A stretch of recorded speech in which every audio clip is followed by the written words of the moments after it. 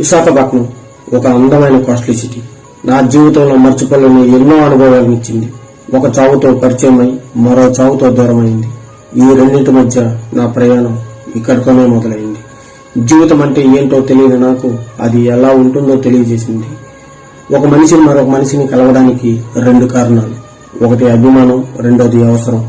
అవసరంతో అడుగుపెట్టిన నాకు ఎంతో అభిమానంతో దగ్గర తీసుకుంది.